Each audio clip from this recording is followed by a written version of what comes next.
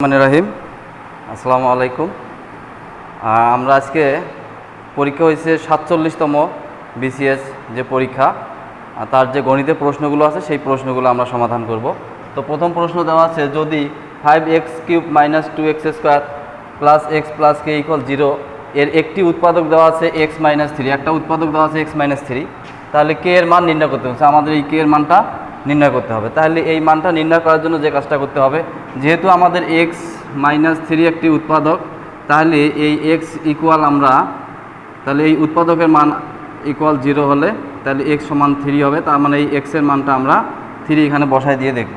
তাহলে অতএব 5x³ - 2x² + x + k = 0। তাহলে এই x এর জায়গাতে আমরা 3 বসাবো।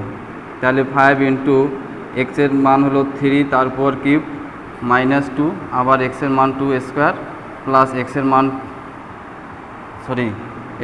3 প্লাস k = 0। তাহলে এখানে 3 বা তাহলে 5 গুণন এখানে 3 পাওয়ার কিউব করলে আমাদের 3টে 3 গুণ করতে হবে, তার মানে 27 মাইনাস 3 উপর স্কোয়ার করলে 3 3 কে 9, 9 দুগুণে 18 প্লাস 3 প্লাস k = 0। তাহলে বা এখানে 5 27 গুণ করলে কত হবে, 5 7 35 হাতে 3, 5 2 10 3 135 মাইনাস 18 প্লাস 3 প্লাস k = 0।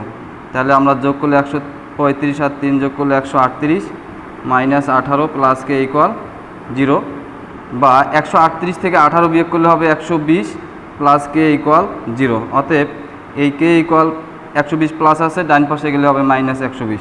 তার মানে সঠিক অ্যান্সার আমাদের -120।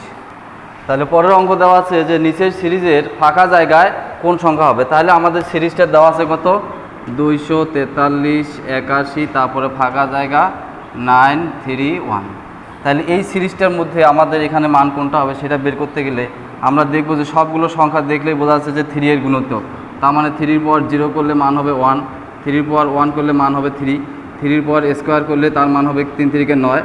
আবার যদি এখানে তাহলে স্বাভাবিকভাবে 0 1 2 এখানে স্বাভাবিকভাবে 3 হবে। তাহলে 3 এর পাওয়ার কিউব করলে হচ্ছে 3 এর পাওয়ার কিউব মানে 3টা দিন গুণ করতে হবে, গুণ করলে হবে 3 3 কে 9, 3 9 27। এরপর 3 এর পাওয়ার 4 করলে হবে 81, আর 3 এর পাওয়ার 5 করলে হবে আমাদের এই 243। তার মানে আমাদের এখানে 3 এর পাওয়ার কিউব মানে কত, 27। আমাদের ফাঁকা স্থানে বসবে 27, অর্থাৎ সঠিক উত্তর 27। তাহলে পরবর্তী অঙ্ক দেওয়া আছে, যদি log x 324 = 4 হয় তবে x এর মান কত। তাহলে আমরা লগের ক্ষেত্রে এরকম একটা সূত্র জানি যে log ax = n হলে এই x সমান হবে a⁴n, অর্থাৎ এটা a⁴n, nটা পাওয়ার হয়ে যাবে। তাহলে এই অনুপাতে যদি আমরা এটাকে ভাঙাই, আমাদের কি দেওয়া আছে, log x 324 = 4। তাহলে আমাদের দেখা যাবে যে যেহেতু এই সূত্রের সাথে পরিণত করলে এই এক্সটা গেল এখানে, তার মানে আমাদের 324 ঠিক থাকবে। তাহলে x এর পাওয়ার হয়ে যাবে 4, x এর পাওয়ার হয়ে গেল 4। তাহলে এটা আমরা বাম পাশে লিখবো, এটা ডান পাশে লিখবো। তাহলে x⁴ = 324 বা x⁴ এই 324কে এমনভাবে ভাঙাইতে হবে যেন তার পাওয়ার আসে আমাদের 4। তাহলে আমরা যদি এরকম ভাঙাই যে 81 গুণন 4, তাহলে 4 1 কে 4, 4 8 32, তাহলে আমাদের 332 24 হয়ে গেল। তাহলে 81কে ভাঙাইলে আমরা পাওয়ারটা করব 4। তাহলে 3 এর পাওয়ার 4 করলে আমরা জানি 81 হয়, গুণন √2 এর পাওয়ার 4 করলে হয়ে যাবে 4, অর্থাৎ √2 এর পাওয়ার 4 ওপরতে, তার মানে 4টা √2, তাহলে 2টা √2 মিলে 2 গুণন এই 2টা √2 মিলে 2, তাহলে 2 2 4, অর্থাৎ 4কে আমরা তাহলে এটা লিখতে পারতেছি।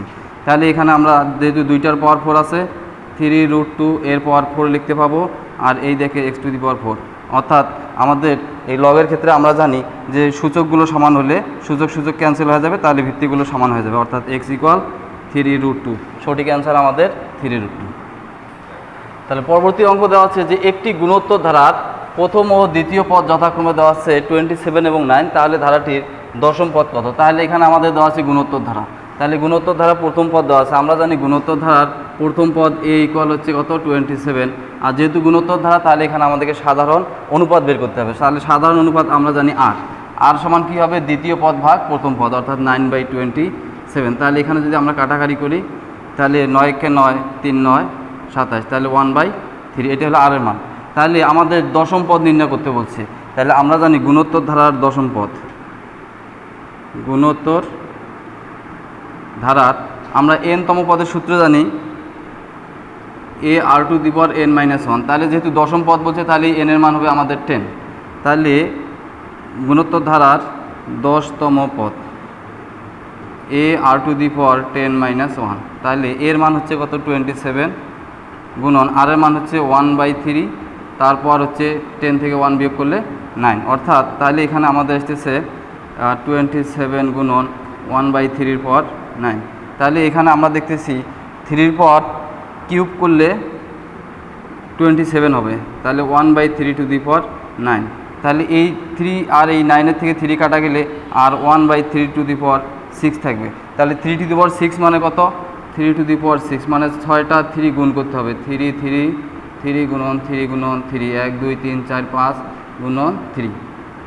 তাহলে 3 3 কে 9, 3 9 27, 3 27 81, আর হলো এই 3 81, এখান পর্যন্ত আসছে কত 81 আমাদের। তাহলে এই 3 81 কত আসবে? 3 1 3, 3 8 24, 243কে আবার এই 3 দ্বারা গুণ করলে আসবে 3 3 কে 9, আর হচ্ছে 3 9 4 9 36, 200 4 9 36,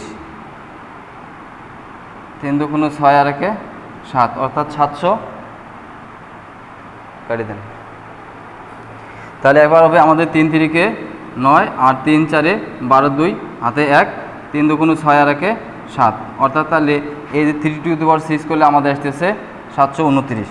তাহলে এখান হবে ইকুয়াল 1/3⁶ মানে 729। তাহলে 1/729 এটা আমাদের সঠিক অ্যান্সার।